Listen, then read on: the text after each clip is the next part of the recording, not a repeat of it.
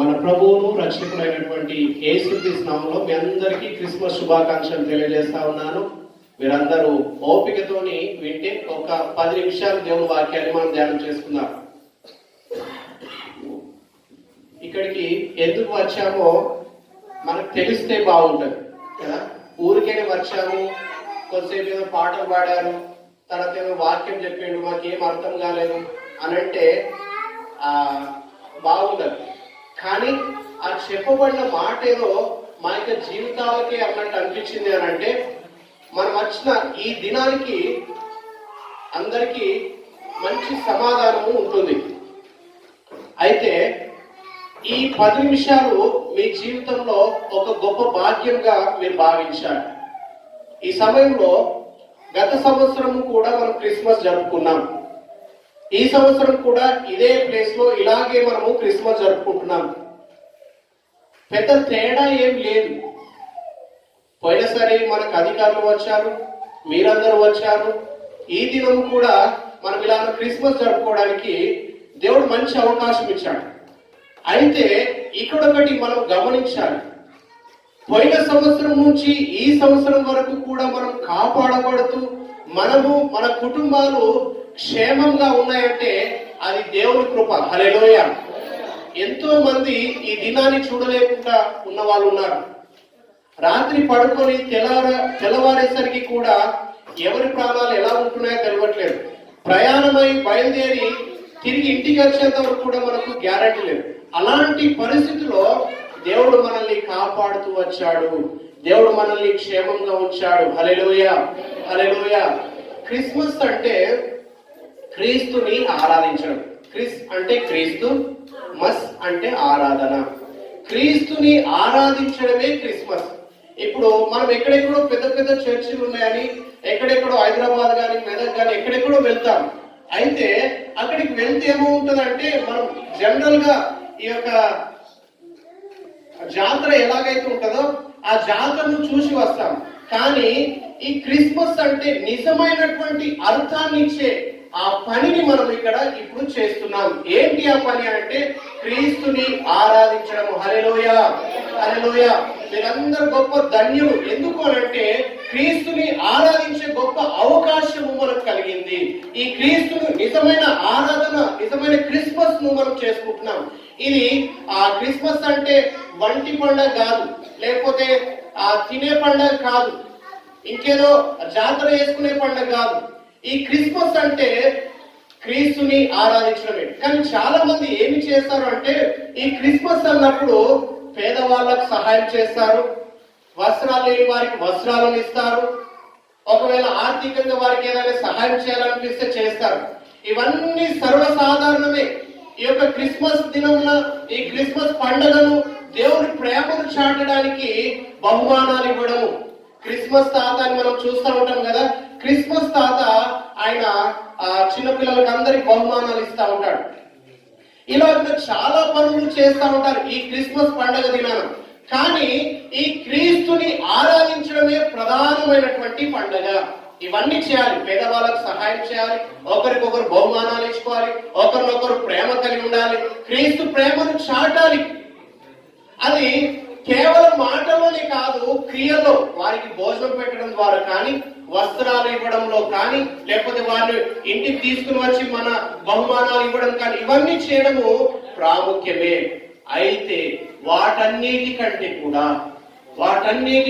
కూడా క్రీస్తుని ఆరాధించడము, మనసు పెట్టి దేవుని పూజించడమే క్రిస్మస్, నిజమైనటువంటి క్రిస్మస్. హల్లెలూయా. సరే, ఈ క్రిస్మస్ యొక్క దేవుడు చేసిన కార్యాన్ని ఒకసారి మనం తెలుసుకుందాం. సర్వ సృష్టికి దేవుడు సర్వమానవుని పాపపు ఆ ప్రాయశ్చిత్తం అర్థమైనటువంటి అద్భుతమైనటువంటి మహోన్నతమైనటువంటి పరలోక సంబంధమైనటువంటి ఆ యొక్క దేవుడు ఆ స్థానాన్ని వదిలి ఈ లోకంలో చిన్న బెత్లెహేమ్ అనే గ్రామానికి వచ్చాడు. హల్లెలూయా. బెత్లెహేమ్ అనే గ్రామంలో పశువుల పాకలో పుట్టాడు. మన గ్రామం కొంచెం పెద్ద గ్రామమే కదా, చిన్న గ్రామం ఏం కాదు, కొంచెం పెద్ద గ్రామమే. కానీ మన గ్రామం కంటే కూడా చిన్న గ్రామం ఏంటి అనంటే ఆసియా ఖండంలో దగ్గర దగ్గరగా చిన్న పెద్ద దేశాలు 76 దేశాలు ఉన్నాయి. ఆ 76 దేశాల్లో ఈ యొక్క యెరూషలేం అనేది ఒక ప్రాంతం. దాంట్లో ఆ బెత్లెహేం అనేది చిన్న గ్రామం. ఈ బెత్లెహేంకు ముఖ్య పట్టణము యెరూషలేం. మరి ఇంత పెద్ద ఖండము, ఇంత పెద్ద పట్టణము ఉండా కూడా చిన్న ప్రాంతమైనటువంటి యెరూషలేము ప్రాంతాన్ని ఎంచుకొని అక్కడ బెత్లెహేం అనే చిన్న గ్రామంలో యేసుక్రీస్తు ఒక పశువుల పాకలో పుట్టాడు. కారణం ఏంటో తెలుసా? చాలా తృణీకరించబడినటువంటిది, ఎన్నిక లేనటువంటిది, లేదా గొప్పది కాకుండా, అంటే చిన్న స్థాయిని దేవుడు ఎంచుకొని ఆ చిన్న స్థాయిలో చిన్న గ్రామంలో యేసుక్రీస్తు పుట్టాడు. హల్లెలూయా, హల్లెలూయా. అనగారినటువంటి, అణగద్రొక్కబడినటువంటి, తృణీకరించబడినటువంటి, ఎన్నిక లేని వారిని దేవుడు చిన్న పెద్ద తేడా లేకుండా అందరికీ దేవుడు సర్వోన్నతమైనటువంటి దేవుడు. ఆ దేవుడు నిన్ను ప్రేమించిన కొరకే ఆ యొక్క తృణీకరించబడిన చిన్న గ్రామంలో పుట్టాడు. హల్లెలూయా. ఈ లోకంలో అధికారులు ఉన్నారు. అధికారులు పెద్ద పెద్ద వాళ్ళనే కాకుండా చిన్న స్థాయి నుంచి కనుక ఏదైనా సేవ చేసుకుంటూ వెళ్ళారనుకోండి, వాళ్ళకి ఎంత పేరు వస్తుందో తెలుసా? వారు చిన్న స్థాయి నుంచి, అట్టడుగు ప్రాంతం నుంచి వారిని ఆ పైకి లేవనెత్తినప్పుడు, ఆ ప్రజలను పట్టించుకొని వాళ్ళని ఏలినప్పుడు వారికి మంచి పేరు వస్తా ఉన్నది. యేసుక్రీస్తు కూడా ఒక అనగారినటువంటి చిన్న ప్రాంతం నుంచి దేవుడు ఈ యొక్క దేవుడు ప్రేమను పంచుతూ వచ్చాడు. ఈ లోకంలో ఆయన చేసినటువంటి గొప్ప పని ఏమిటంటే, చదువు లేనటువంటి వారిని, ఎన్నిక లేనటువంటి వారిని దేవుడు ఎన్నుకొని జ్ఞానం కలిగిన వారిని సిగ్గుపరచడానికి అజ్ఞానులను దేవుడు ఏర్పరచుకున్నాడు. హల్లెలూయా. ఇక్కడ మనం చూడొచ్చు బైబిల్ గ్రంథంలో 1 కొరింథీ 1:21 నుంచి 31 వచనాల్లో కనుక చూస్తే అక్కడ అజ్ఞానులను దేవుడు పిలిచినట్టుగా, మరి ఎన్నిక లేని వారిని దేవుడు ఎన్నుకున్నట్లుగా మనం చూడవచ్చు. ఈ క్రిస్మస్ వాతావరణంలో మనం చేయాల్సింది ఏమిటి అని అంటే, నిన్ను నన్ను దేవుడు ప్రేమిస్తున్నాడని ఆయన ప్రేమను గుర్తించాడు. ఈ యొక్క యెరూషలేము ప్రాంతం కూడా మనకు గ్లోబ్ తెలుసు కదా, భూమి అంతా ఒక గ్లోబ్, ఒక పటం ఉంటుంది. ఆ పటం మీద ఒక మిడిల్ పాయింట్ అన్నట్టు. ఈ మిడిల్ పాయింట్ ఆ యొక్క బెత్లెహేం గ్రామం. ఆ గ్రామం నందు యేసుక్రీస్తు పుట్టాడు. ఎందుకు తెలుసా? మన గ్రామంలో ఏదైనా పని చేయాలంటే నడిబొడ్డున ఆ పని చేస్తూ ఉంటాం. ఆ పని చేసినప్పుడు ఊరందరికీ తెలుస్తుంది. అలాగే యేసుక్రీస్తు కూడా ఆ ఎన్నిక లేనటువంటి ఆ చిన్న గ్రామంగా ఉన్నటువంటి ఆ గ్రామంలో యేసుక్రీస్తు పుట్టాడు. ఎందుకో తెలుసా? ఈ లోకమందరి కొరకు యేసుక్రీస్తు పుట్టాడని తెలుసుకోవడం కొరకే. దేవుడు ఎంత మూలనున్నా సరే, ఎంత చివరిలో ఉన్నా సరే, దేవుడు నిన్ను చూస్తున్నాడు, నీ పరిస్థితిని చూస్తున్నాడు, నీ కుటుంబాన్ని చూస్తున్నాడు, నీ పనిని చూస్తున్నాడు. నిన్ను పట్టించుకోకుండా లేడు ఆయన దేవుడు. నీ కొరకు ఈ లోకంలో నీ యొక్క పాపాన్ని తృణీకరించి నిన్ను ప్రేమించి మంచి జీవితాన్ని ఇవ్వడం కొరకు యేసుక్రీస్తు లోకానికి వచ్చాడు. హల్లెలూయా, హల్లెలూయా. ఆయన ప్రేమ ఎవరికైనా తెలుసా? యేసుక్రీస్తు ఈ లోకానికి నీ కొరకు చనిపోవడం కొరకే వచ్చాడు. ఈ లోకమంతా అస్తవ్యస్తంగా ఉన్నప్పుడు, పాపంలో ఉన్నప్పుడు, ఎన్నిక లేని సమయంలో ఆ యొక్క లోకమంతా పాపం చేత నింపబడినప్పుడు ఆ యేసుక్రీస్తు ఆయన పైనుండి చూశాడు. ఏమి చూశాడంటే, ఈ లోకమంతా పాపం చేత పట్టబడింది. ఈ లోకాన్ని రక్షించాలి అని అంటే దేవుడు ఇక్కడ ఉండి ఏం చేశాడంటే ఒక తీర్పును వదిలాడు, ఒక తీర్పు చేశాడు. పాపం చేసిన వాడు తప్పకుండా మరణించాలి అని ఒక తీర్పు చేశాడు. జడ్జి స్థానంలో ఉండి ఆయన తీర్పు చేశాడు. అలాగే బోధలో ఉన్నటువంటి మనము, ముద్దాయిగా నిలబడినటువంటి మన కొరకు ఆయన యేసుక్రీస్తు తీర్పు ఇచ్చి మరలా ఆ బోధలో నిలబడి ముద్దాయిగా యేసుక్రీస్తు నిలబడ్డాడు. ఎందుకొరకు అనంటే, ఇక్కడ తండ్రిగా తప్పును ఖండించాడు, కుమారునిగా వచ్చి ఆ యొక్క బోన్లో నిలబడ్డాడు. తిరిగి ఆ యొక్క ఊరి కొయ్య మీద ఆయన నిలబడి తన ప్రాణాలను అర్పించాడు. హల్లెలూయా. ఎందుకొరకు తెలుసా? ఈ లోకంలో ఉన్నటువంటి సర్వ మానవాళి పాపము ప్రాయశ్చిత్తము కొరకు యేసుక్రీస్తు మరణించాడు. మరి ఆ యొక్క మరణము ఎవరి కొరకు అని నువ్వు గ్రహించి అది నా కొరకు అని నువ్వు తెలుసుకున్నట్లయితే నీ జీవితము ఒక పూలబాటగా మార్చబడుతుంది, ఒక ఆశీర్వాదకరంగా మార్చబడుతుంది. సుఖ సంతోషాలు మనకు కలుగుతూ ఉంటాయి. సర్వ మానవాళికి ఆయన యందు భయభక్తులు కలిగిన వారికి ఎంతో ఆశీర్వాదము, సమాధానము అన్నట్లుగా మనం బైబిల్ వాక్యాన్ని చదువుతున్నాం. బైబిల్ గ్రంథంలో ఒకసారి ఆ మాటను చూద్దామా? లూకా సువార్త 2వ అధ్యాయము 14వ వచనం.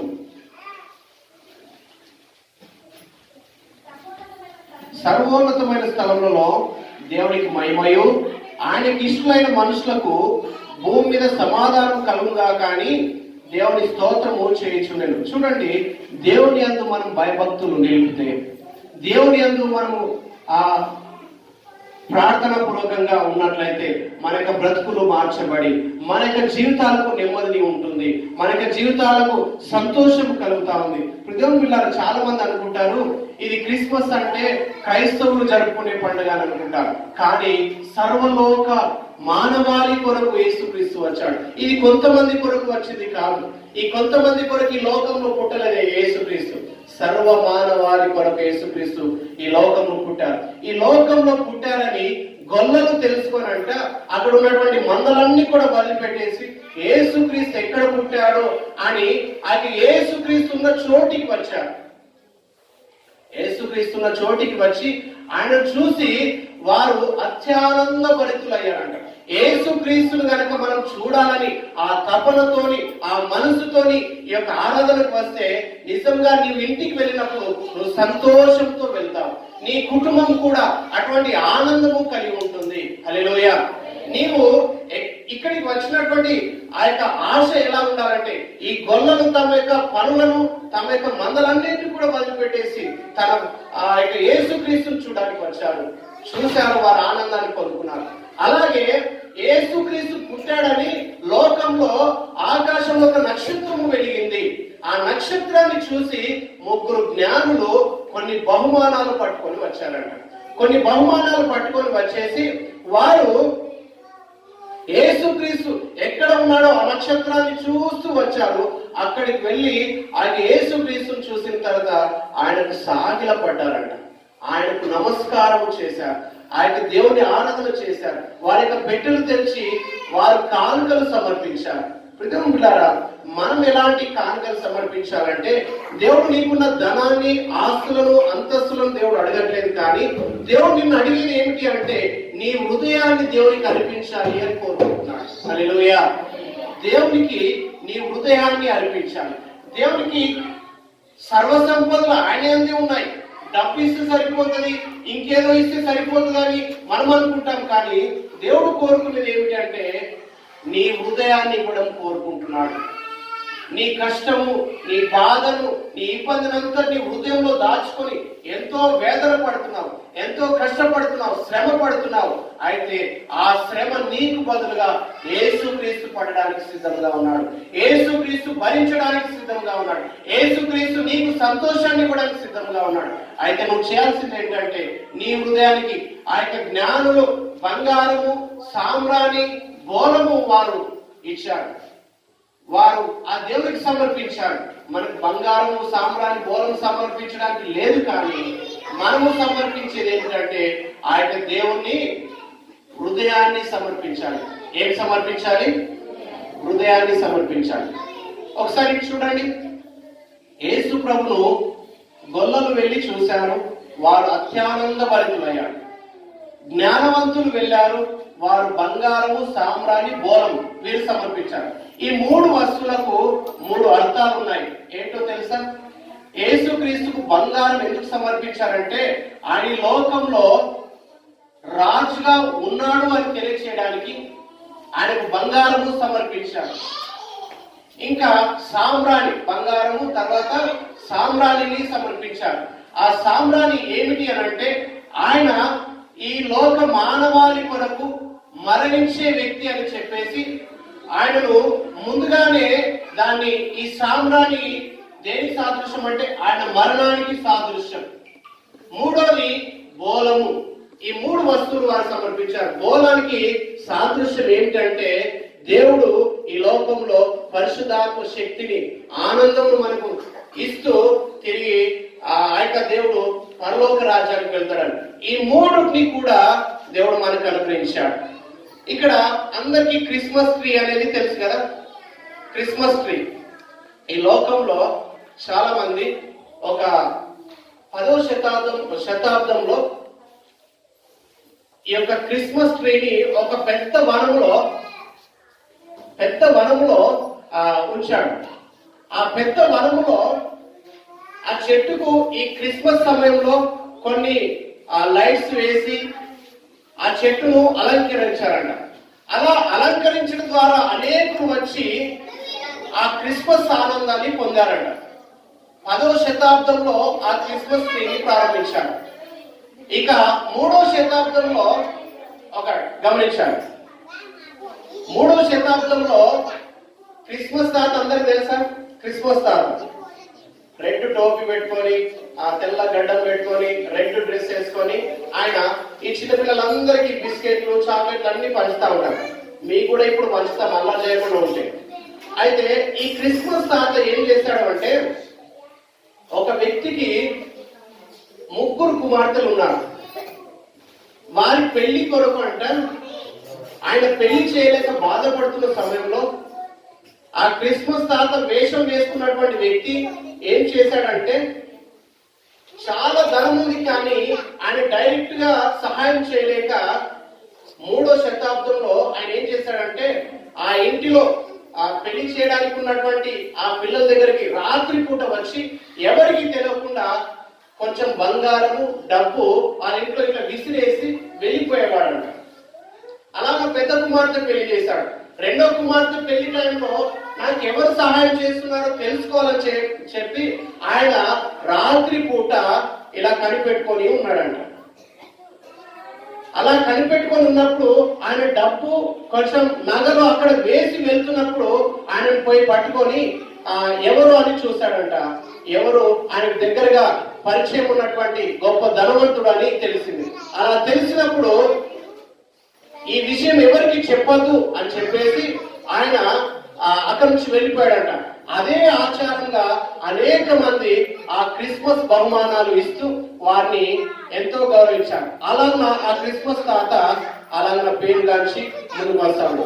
ఎందుకు ఈ బహుమానం గురించి చెప్తున్నానంటే, ఈ క్రిస్మస్ ఈ దినాన మనది కాకుండా ఈ క్రిస్మస్ ను దేవునికే ఇద్దాం. ఏమని అంటే, మన హృదయాన్ని దేవునికి ఇస్తే ఈ క్రిస్మస్ ను దేవునికి ఇచ్చినట్టు. లేదు అని అంటే మనం కొత్త బట్టలు కట్టుకున్నాం, వండి తిన్నాము, ఇది మన పండుగ అని అనుకుంటాం. కానీ మనకంటే ముందుగా మన హృదయాన్ని దేవునికి ఇస్తే చాలు. ఇది నిజమైనటువంటి క్రిస్మస్ ఆరాధన. ఒకవేళ ఇక్కడ ఉన్నటువంటి వారు ఎవరైనా సరే మేము దేవుని నమ్ముకోలేదు అని అన్నా, ఒకవేళ నమ్ముకునే ఆలోచన ఉన్నా, లేకపోతే నమ్ముకున్న వారైనా సరే, ఎవరికైనా సరే మీ హృదయాలను దేవునికి ఇవ్వండి. అప్పుడే నిజమైనటువంటి క్రిస్మస్ ఇది. క్రీస్తుని ఆరాధించడమే, ఆ యొక్క దేవునికి మన హృదయాన్ని సమర్పించడమే నిజమైనటువంటి క్రిస్మస్. కాబట్టి దేవులారా, ఈ సమయంలో ఈ నిజమైనటువంటి క్రిస్మస్ మీరు చేయడానికి ఒక మంచి అవకాశం ఉంది.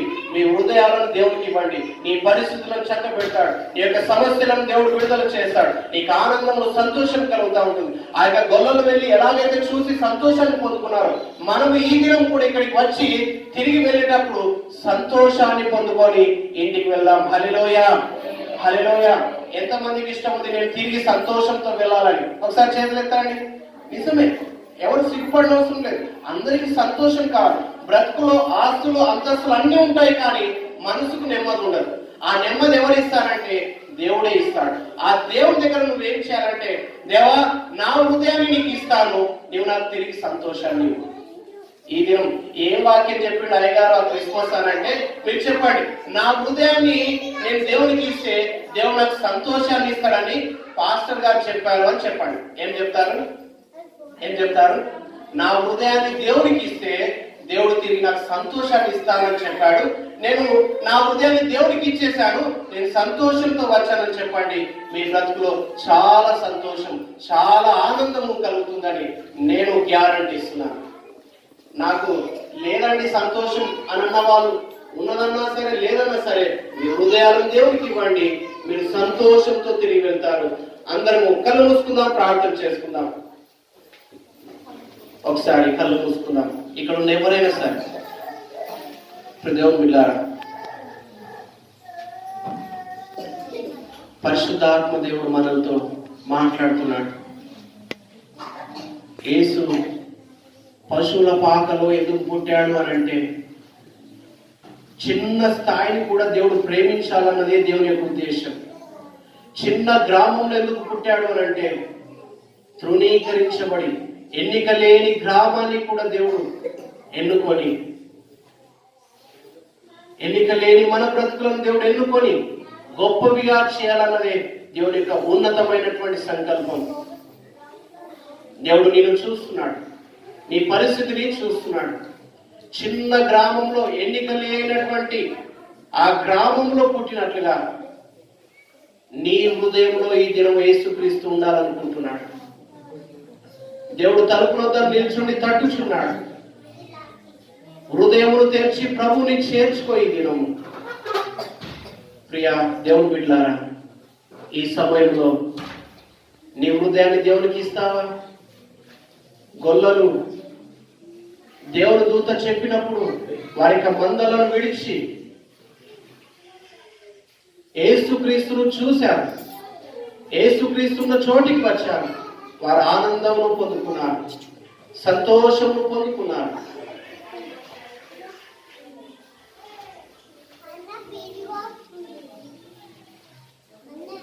అలాగే జ్ఞానులు కూడా 3 దేశాలలో నుంచి 3 జ్ఞానులు వచ్చారు.